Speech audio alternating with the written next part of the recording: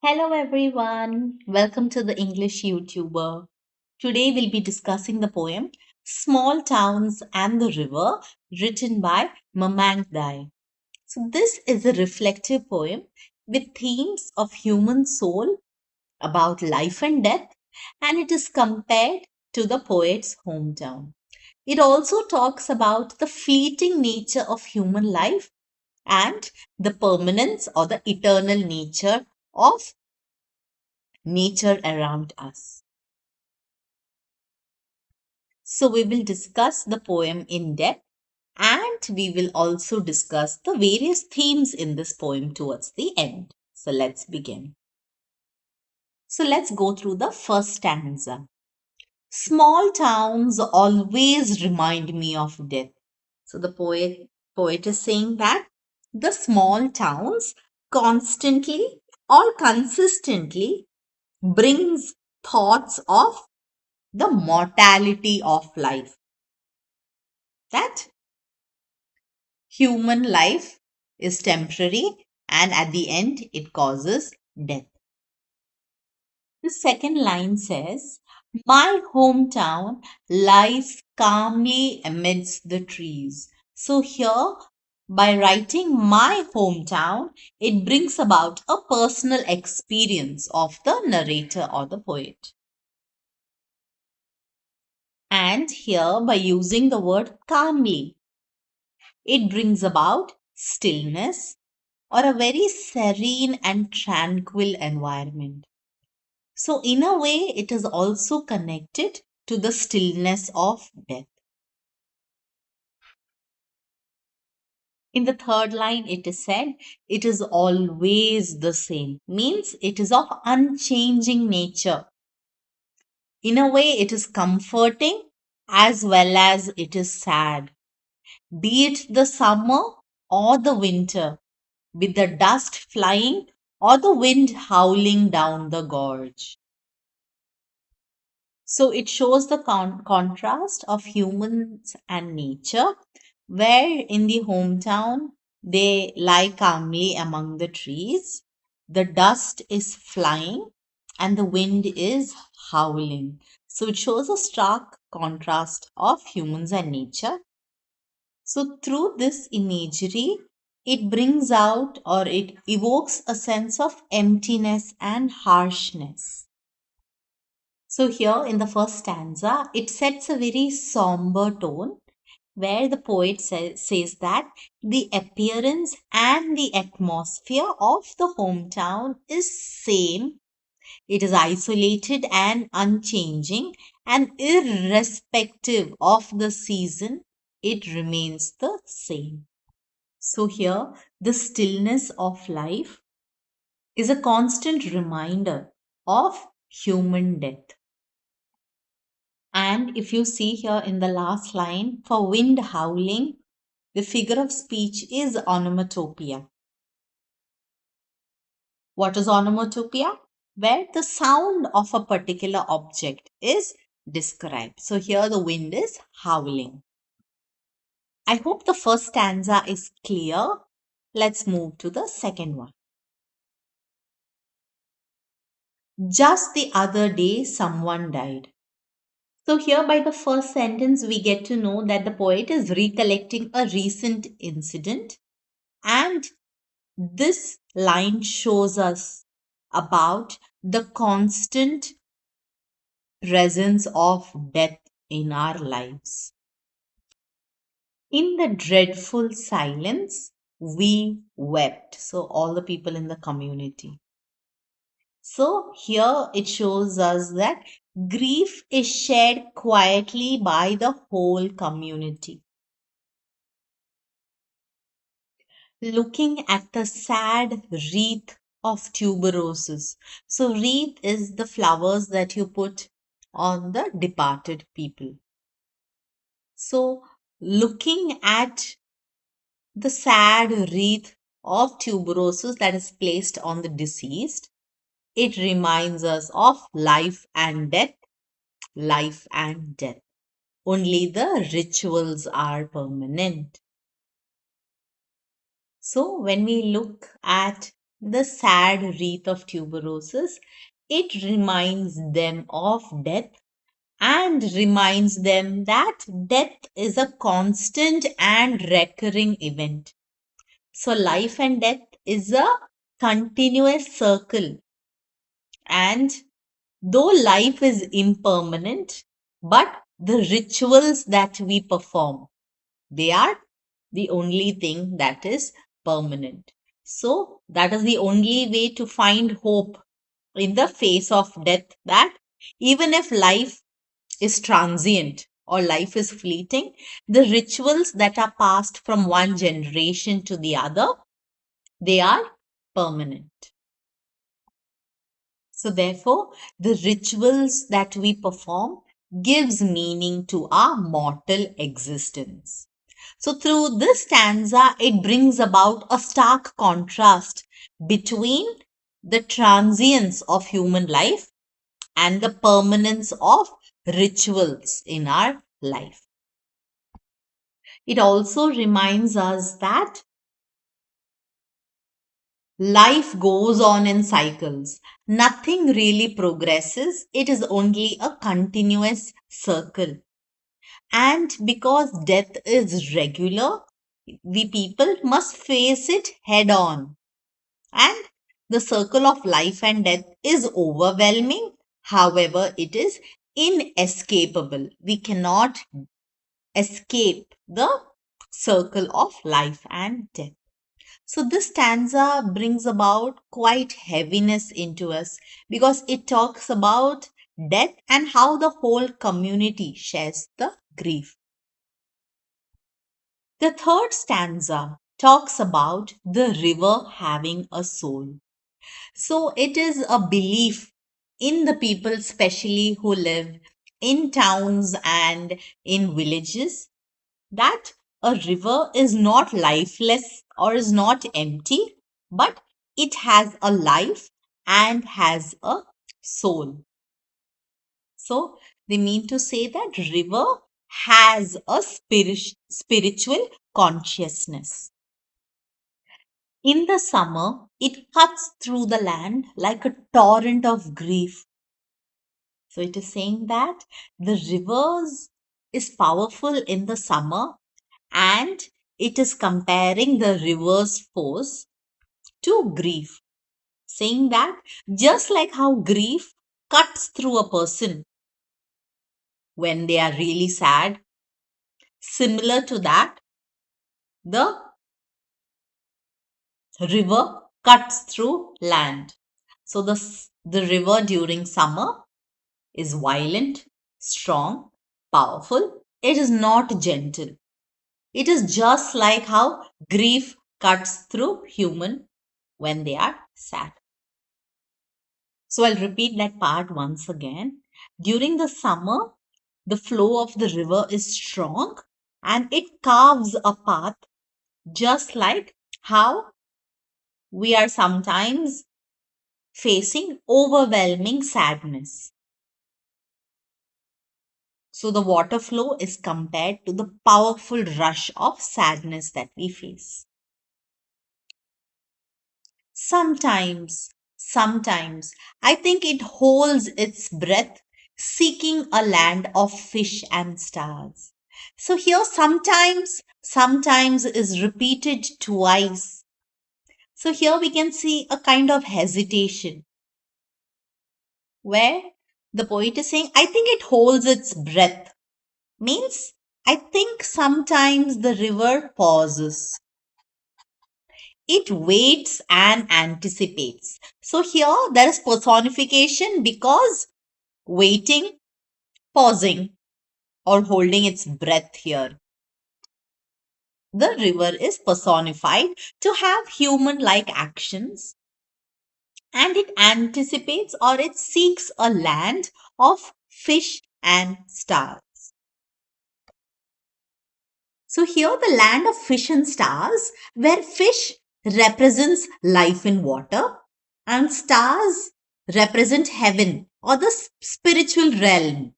So here the river is searching for a place that is not only having earthy life but it is also spiritual. So here it gives us an image of the river which is on a spiritual journey and is seeking connection between the material and the spiritual world. In short, it is searching for a pure and ideal place. I hope this stanza is clear. Let's move to the next one. The river has a soul. So again, there is repetition of this particular line. It knows, stretching past the town, from the first drop of rain to dry earth and mist on the mountain tops, the river knows the immortality of water. So here it is emphasizing on the fact that the river knows that water or part of nature is immortal. There is a continuous cycle and they never die. So, while humans die or have a temporary life, water is eternal. So, now the river has extended from the small town and it is now going into the larger landscape. And here, the river is on a continuous and soulful cycle of life, death, and renewal. So, here it is showing how the water transforms and moves through air and landscape. So it falls as rain, then it is found as the mist on the mountain tops, and again flows down. So it shows that water is never dying. So here we can exactly see the permanence or the eternal aspect of nature. A shrine of happy pictures marks the days of childhood. Small towns grow with anxiety for the future. So, shrine is usually a spiritual place, but here they are saying that when they see the collection of happy pictures, it marks the days of childhood. So, during childhood, they are very carefree and it holds the memories of joy and innocence. Then the next line, small towns grow. So usually growth is a positive development. But here the small town is personified to grow with anxiety for the future. So which shows here that the small towns have the anxiety or the negative aspect of death and their unpredictable future. So there is an anxiety about the unpredictable future that it holds and about death. Whereas in the childhood, they were carefree, there was a lot of joy and innocence, but however, as they grow old, they have the fear of the future. The dead are placed pointing west. When the soul rises, it will walk into the golden east, into the house of the sun. So here it is a belief or there is a ritual that the people who are deceased, they are placed pointing towards the west direction. And west means the sun setting. So a person has died. But when the soul leaves the body, it travels towards the east. So what is east?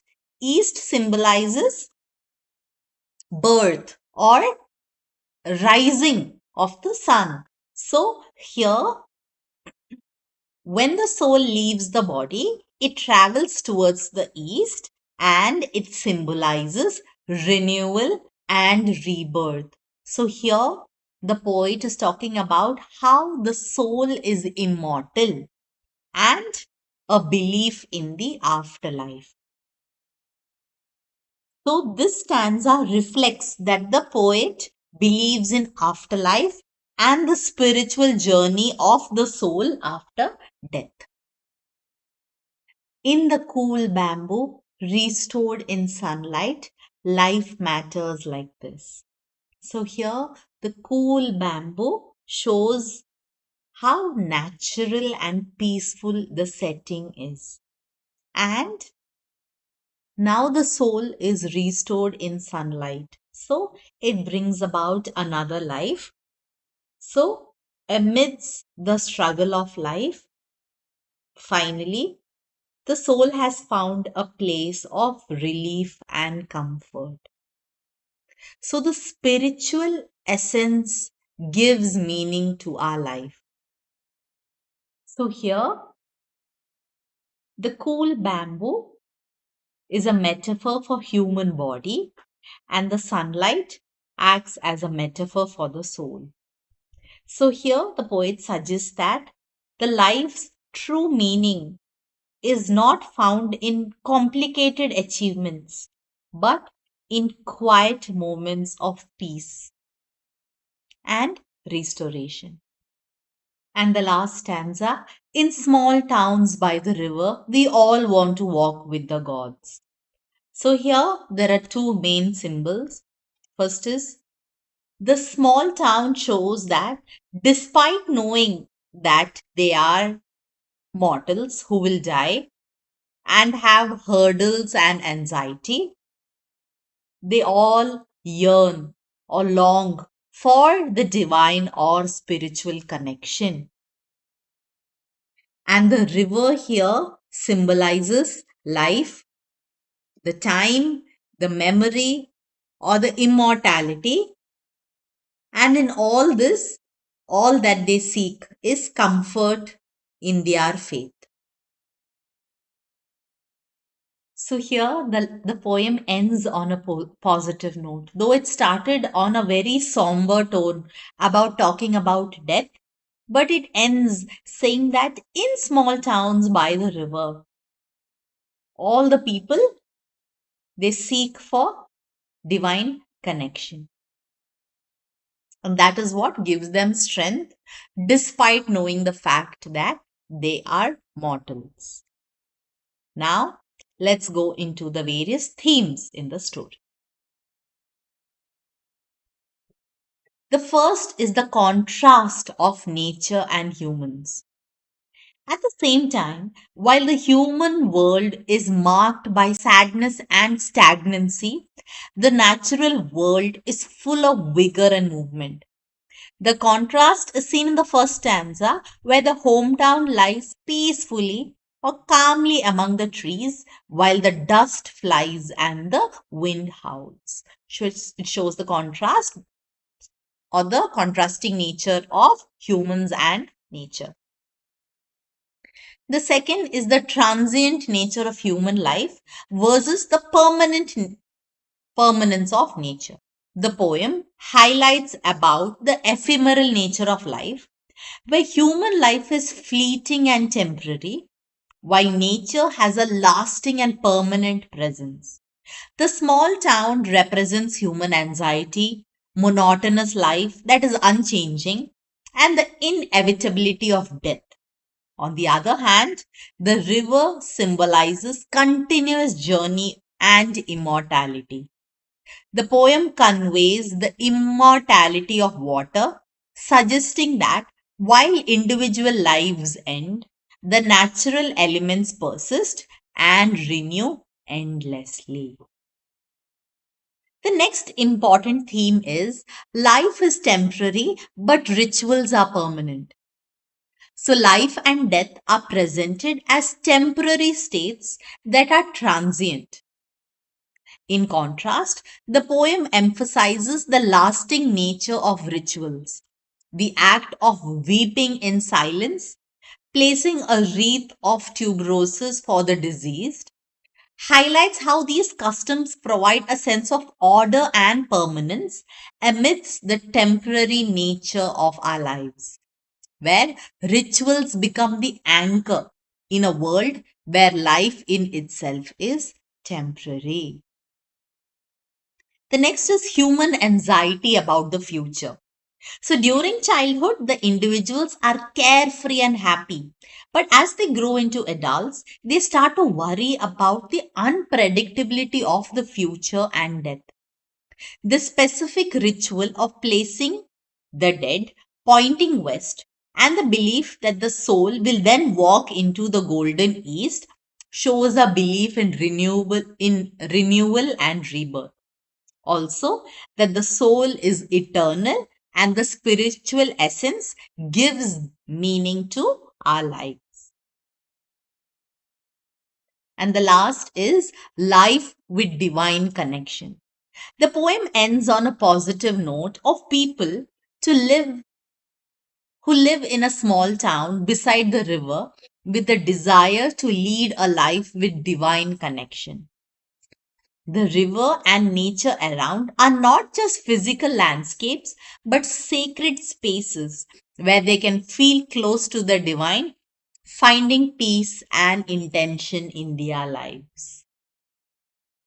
So, all that people seek is a desire with the divine connection. I hope you enjoyed watching this video. Please share it among all your friends and whoever you think will benefit from watching this video. Thank you for watching this video. And if you haven't subscribed, do that right now.